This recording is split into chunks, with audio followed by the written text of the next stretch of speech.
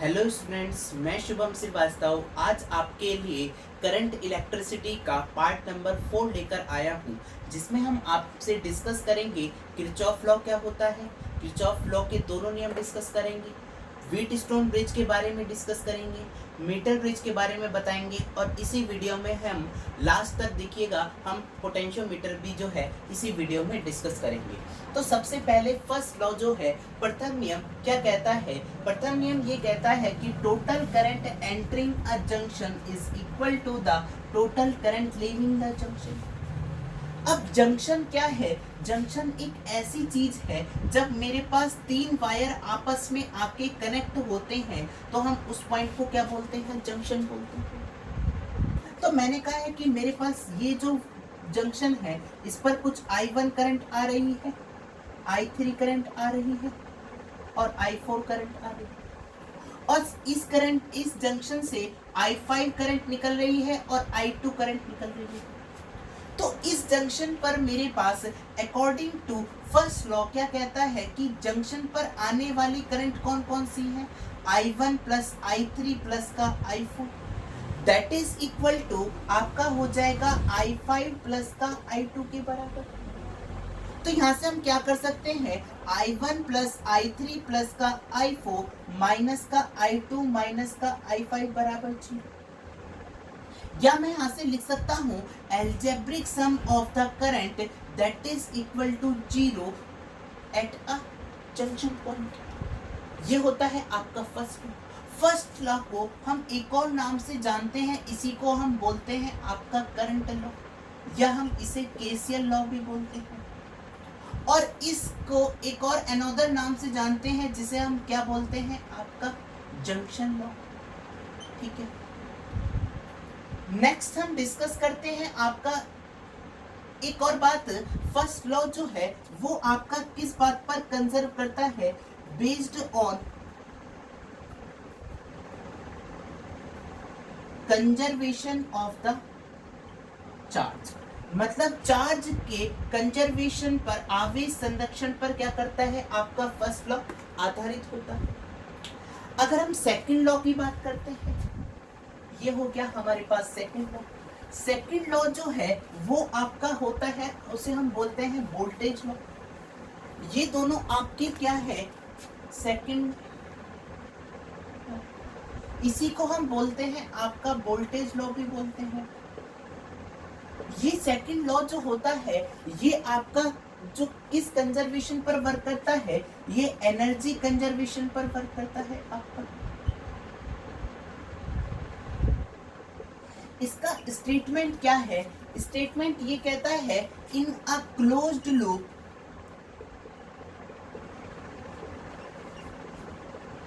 The algebraic sum of the product of algebraic sum of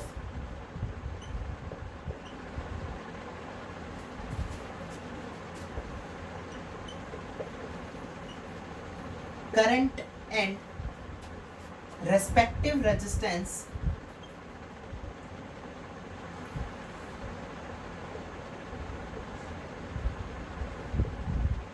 is equal to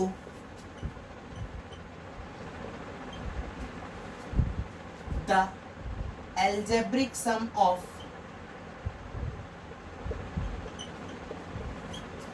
EMF। मतलब अगर मेरे पास product है किस किस का? मेरे पास करंट और रेस्पेक्टिव रेजिस्टेंस का, और इनका क्या है? मेरे पास एल्जेब्रिक सम। ये जो होगा एक क्लोज लूप में ये किसके बराबर होगा? एक एल्जेब्रिक सम के ईएमएफ के क्या होगा? बराबर होगा।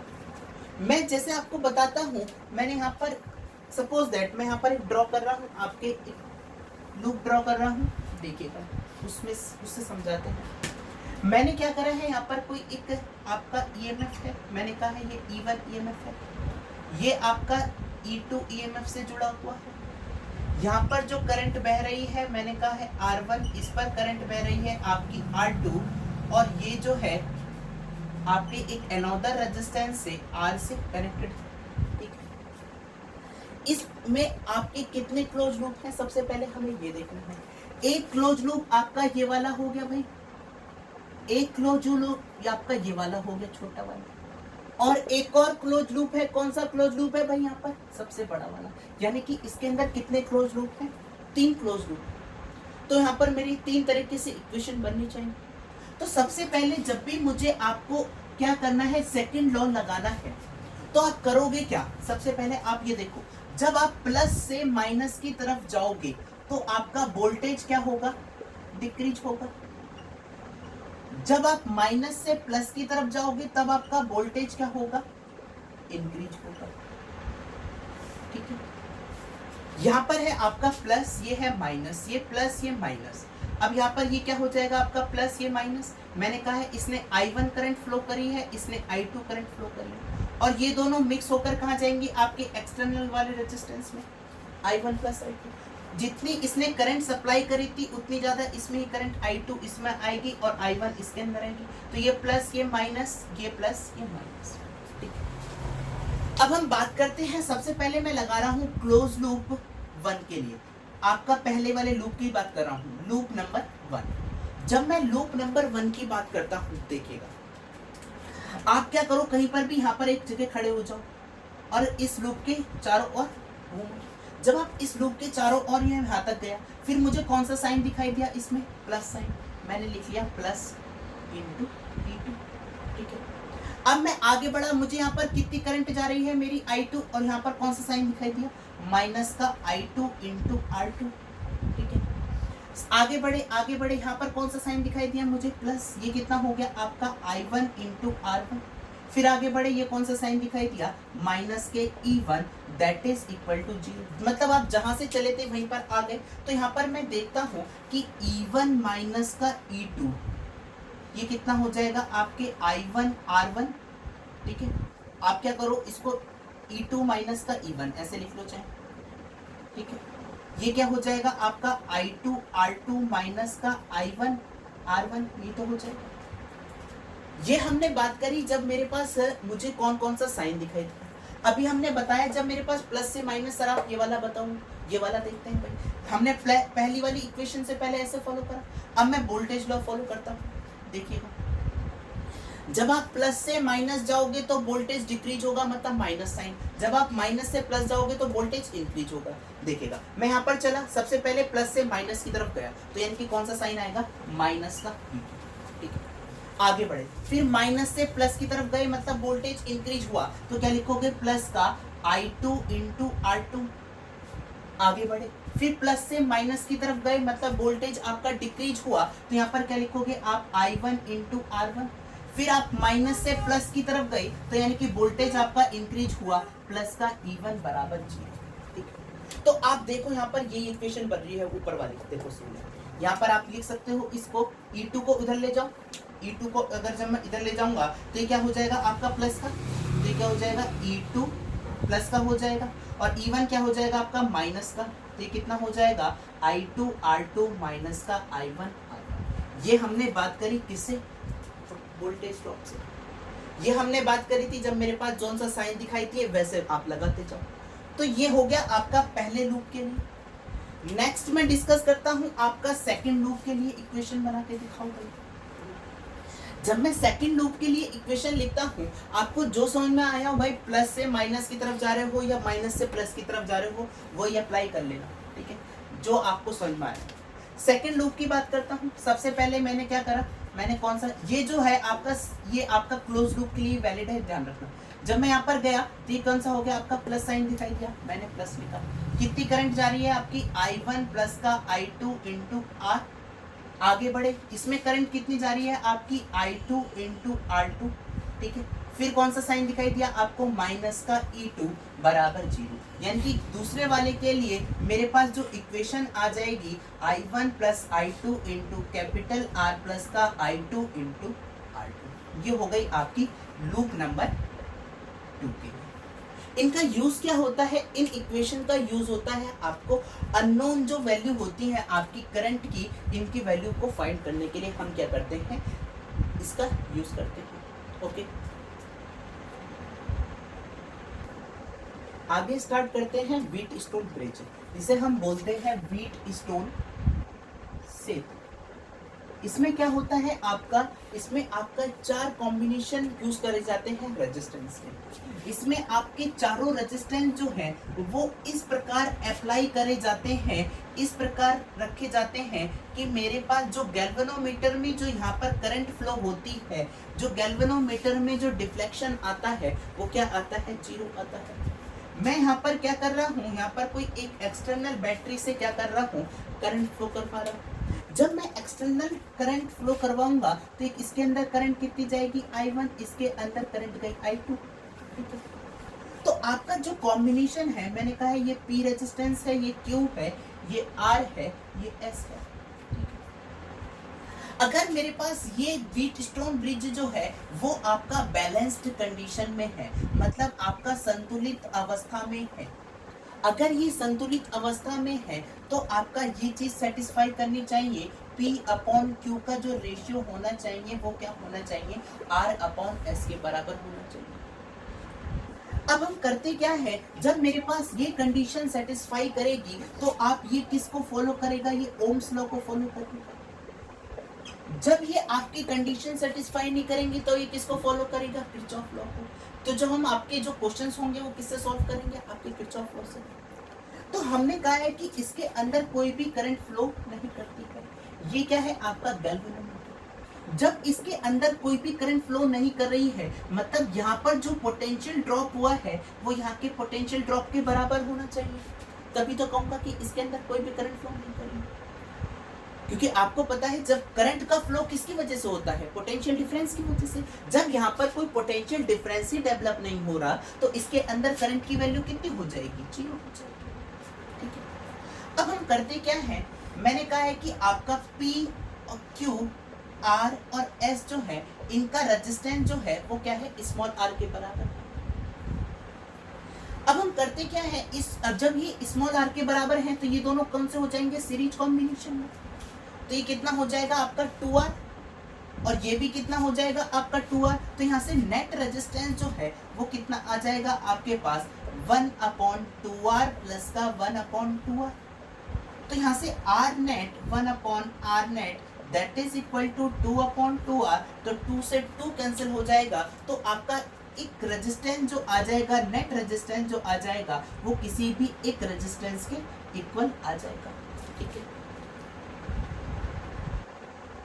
आगे स्टार्ट करते हैं मीटर ब्रिज। मैंने कहा है it is more efficient then Wheatstone bridge because it is given in the term of length.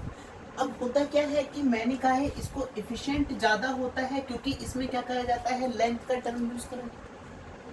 मैंने कहा है ये मेरे पास कोई एक वायर है जो आपका मैग्नम का बना होता है या आपका एलॉय का बना होता है। इसकी जो लेंथ है वो मैंने कहा है 1 मीटर या 100 सेंटीमीटर के बराबर है। ठीक है, अगर ये 100 सेंटीमीटर है, मैं क्या करता हूँ यहाँ पर इस गैल्वेनोमीटर के जॉकी के थ्रू क्या करता हूँ, इस जॉकी को क्या करता हूँ, ऐसे पॉइंट करके मूव करा के देखता हूँ। जिस पॉइंट पर मेरे पास ये P/Q का रेशियो जो है वो आपका R/S के बराबर आ जाए तो मैं कह दूंगा ये क्या हो जाएगा, आपका बैलेंस्ड मीटर ब्रिज के बराबर हो जाएगा। ठीक है, तो आपका ये जो है मैंने कहा है इसकी अगर L लेंथ है तो ये कितना हो जाएगा आपका 100 माइनस का L के बराबर। ठीक है, और हम इसको एफिशिएंस ज्यादा क्यों बोल रहे हैं, क्योंकि आपको पता है लेंथ जो है वो आपका 0.01 है, 0.01 है। सपोज दैट मैंने कहा 0.1 mm, तो आप इसके क्या कर सकते हो, वर्नियर कैलिपर से इसे मेजर कर सकते हो। अगर और कम है ये तो हम किसका यूज कर सकते हैं, आपका माइक्रोमीटर का यूज कर सकते हैं। ठीक है, और इससे भी कम है तो हम क्या कर सकते हैं, गेजेस का यूज कर सकते हैं। मतलब लेंथ जो है, मतलब इसके अंदर अगर मैं करंट का फ्लो करवा रहा हूँ, थोड़े से करंट में ही ये क्या होने लगे, मुझे ये डिफ्लेक्शन प्रोड्यूस आने लगे किसके अंदर, गैल्वेनोमीटर के अंदर, तो मैं क्या कहूँगा ये क्या है, मेरा ज्यादा सेंसिटिव है। तो यहाँ से आप देखो P/Q का रेशियो जो है अगर मेरे पास R के बराबर आ रहा है, ठीक है, आपको पता है R बराबर क्या होता है, रो इंटू L/A, यही होता है। ये जो वायर है इसका एरिया जो है वो क्या है, थ्रू आउट सेम। तो यहाँ से रेजिस्टेंस है मैंने कहा है P के लिए, तो P बराबर यहाँ कितना हो जाएगा, रो इंटू L/A। अगर हम Q रेजिस्टेंस की बात करते हैं तो ये कितना हो जाएगा आपका Q बराबर डेंसिटी, तो आपकी रेजिस्टिविटी क्या होगी आपकी सेम होगी, क्योंकि आपको पता है कैसी है मटेरियल की प्रॉपर्टी। यहाँ पर लेंथ कितनी हो जाएगी आपकी 100 माइनस का L अपॉन A, एरिया तो रहेगा मेरे पास क्रॉस सेक्शन का वायर का A से। तो आप क्या करो, इन दोनों को डिवाइड करो। जब आप P अपॉन Q को डिवाइड करोगे तो ये कितना आ जाएगा आपका रो इंटू एल अपॉन ए, यहाँ पर रखा रो इंटू 100 माइनस का L अपॉन ए से A कैंसिल हो जाएगा, रो से रो कैंसिल हो जाएगा। तो यहाँ से P अपॉन Q का जो रेशियो आ गया L अपॉन 100 माइनस का L। आपने एक्सटर्नल रेजिस्टेंस कौन सा लगाया था S, तो यानी कि आपको S की वैल्यू बतानी है। तो आप यहाँ पर चले जाओ, P अपॉन Q का रेशियो यहाँ पर रखोगे तो L अपॉन 100 माइनस का L that is equal to R upon S। ठीक है, तो यहाँ से S जो है वो कितना आ जाएगा आपका R इंटू 100 माइनस का L अपॉन स्मॉल, ये आ जाएगा आपके पास अननोन रेजिस्टेंस की वैल्यू। ये याद रखना है, यहाँ पर L जो है वो आपको रखना है सेंटीमीटर। ठीक है, आगे डिस्कस करते हैं पोटेंशियोमीटर। पोटेंशियोमीटर क्या है, आपका एक इंस्ट्रूमेंट है जिसकी वजह से हम क्या करते हैं, इंटरनल रेजिस्टेंस फाइंड करते हैं सेल का। अगर आपको ईएमएफ फाइंड करना हो तो भी क्या करोगे, आप पोटेंशियोमीटर के पास जाओगे। अगर आपको कंपेयर करवाने हो टू सेल के बीच के ईएमएफ में तो भी क्या करोगे, आप पोटेंशियोमीटर का यूज करोगे।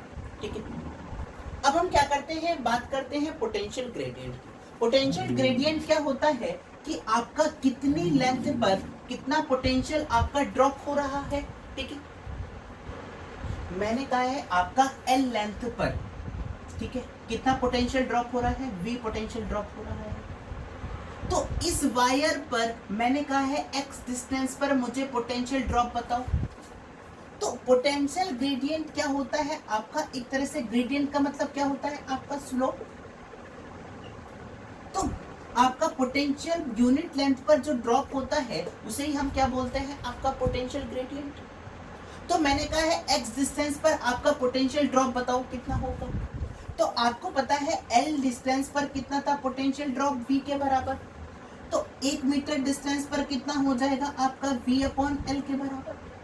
तो X डिस्टेंस पर कितना हो जाएगा आपका X into V upon L के बराबर, यही तो हो जाएगा। तो यानी कि P और J के बीच में जो पोटेंशियल ड्रॉप हुआ है वो कितना होगा, X into V upon L के बराबर। ठीक है, हम क्या करते हैं, यहाँ पर 3 केस डिस्कस करूंगा, यहाँ पर देखिएगा। सबसे पहले केस नंबर 1। जब मैं केस नंबर 1 की बात करता हूं तो मैंने कहा है कि जब आपका जितना पोटेंशियल यहाँ पर ड्रॉप हुआ है P और J के बीच में वो क्या है, आपके सेल के EMF के बराबर है। मतलब EMF of the cell that is equal to voltage drop across P and J। तो यहाँ से EMF ऑफ द सेल जो है जब आपके पोटेंशियल ड्रॉप या वोल्टेज ड्रॉप के बराबर है, तो इस केस में हमारे पास जब मैं इसको मूव करवा के देखता हूँ तो ये मेरे पास इसमें कोई भी डिफ्लेक्शन प्रोड्यूस नहीं होगा। मतलब गैल्वेनोमीटर के अंदर जो करंट की वैल्यू हो जाएगी वो कितनी हो जाएगी, 0 हो जाएगी। ठीक है, इसी को हम बोलते हैं आपकी शून्य विक्षेप स्थिति भी बोलते हैं। इसे क्या बोलते हैं, शून्य विक्षेप स्थिति, या हम इसको बोलते हैं नल डिफ्लेक्टेड पोजीशन। ठीक है, आगे डिस्कस करते हैं केस नंबर 2। केस नंबर 2 में मैं क्या कर रहा हूं कि मेरे पास जो आपका EMF ऑफ द सेल जो है वो आपका ज्यादा है compare to voltage drop between P and J। तो मेरे पास पोजीशन ये ना होकर क्या हो जाएगी, मैं क्या कर रहा हूँ इस डायरेक्शन में ला रहा हूँ। तो यहाँ पर ये क्या हो जाएगी, ये इस डायरेक्शन में क्या हो जाएगा, ये आपका पॉइंटर क्या हो जाएगा, बाईं विक्षेप स्थिति, जिसे हम क्या बोलते हैं, लेफ्ट डिफ्लेक्टेड पोजीशन। तो आपका जब आपका E जो है वो आपका ज्यादा है किससे, आपके पोटेंशियल ड्रॉप से। ठीक है, इसको हम क्या बोलेंगे, आपके लेफ्ट डिफ्लेक्टेड पोजीशन। एक और कंडीशन बन सकती है हमारे पास, जब हमारे पास पोटेंशियल ड्रॉप जो है वो आपका क्या है, P और J के बीच में वो क्या है आपका ज्यादा है,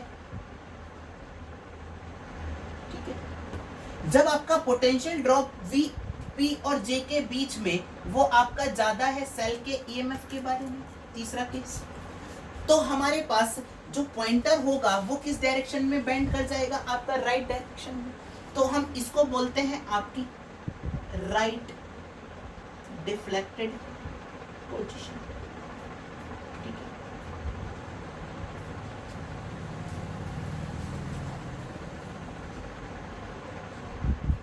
आगे बात करते हैं compare the EMF of the two cell.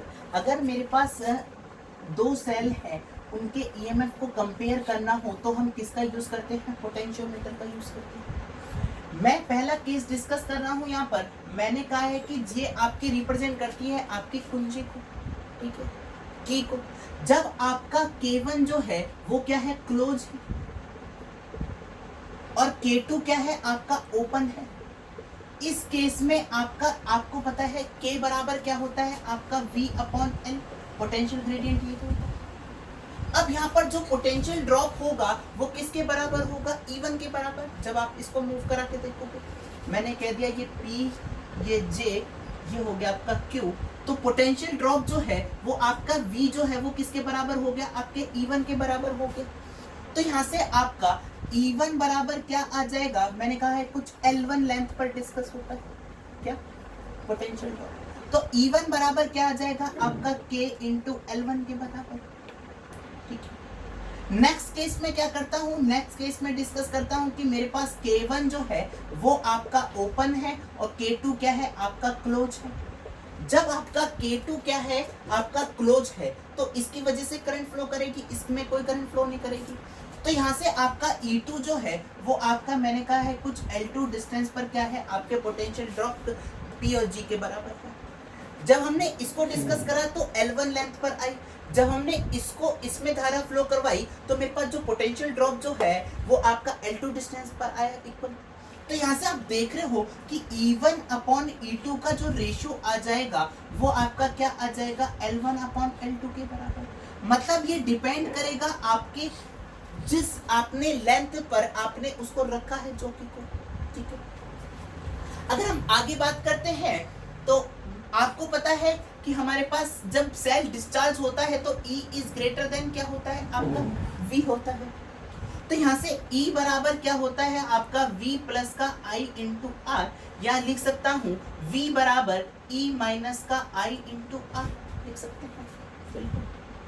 तो यहाँ से आप देखो कि यहाँ से K बराबर है आपका V/L, ठीक है, और ये क्या है आपका V बराबर E माइनस का I आर, ठीक है। हमारे पास था V बराबर E माइनस का IR, तो मैं यहाँ से लिख सकता हूँ IR बराबर E माइनस का V लिख सकता हूँ, ठीक है।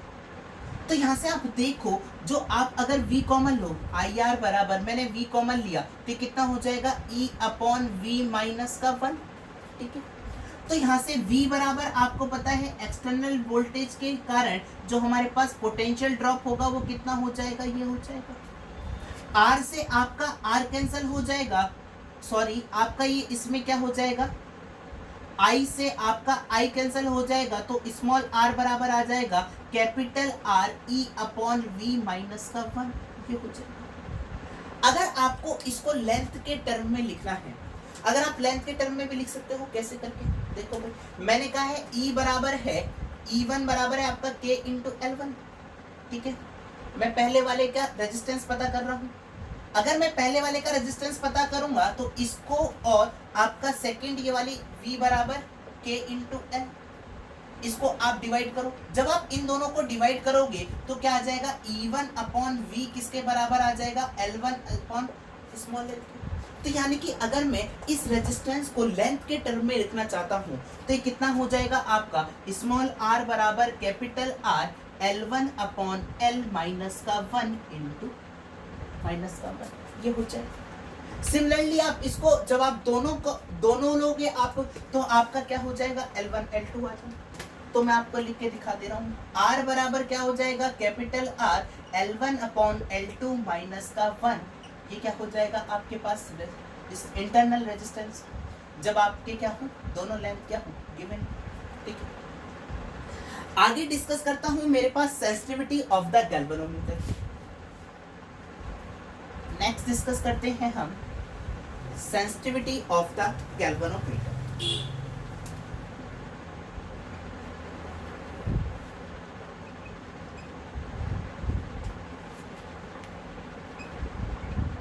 पोटेंशियोमीटर। अगर हम पोटेंशियोमीटर की सेंसिटिविटी के बारे में बात करते हैं, सेंसिटिविटी क्या होती है, आपकी संवेदनशीलता, इसे हम क्या बोलते हैं, संवेदनशीलता। जो हमने के बराबर डिस्कस करा था V/L, के क्या होता था, आपका पोटेंशियल ग्रेडियंट। अगर आप पोटेंशियल ग्रेडियंट क्या करोगे, अपना वैल्यू ये क्या करोगे, डिक्रीज करना चाह रहे हो, तो क्या करना पड़ेगा, आपको लेंथ को क्या करना पड़ेगा, बढ़ाना पड़ेगा। अगर के की वैल्यू डिक्रीज करने पर मेरे पास, मतलब मैं कह सकता हूं यहां पर कि when potential gradient decrease then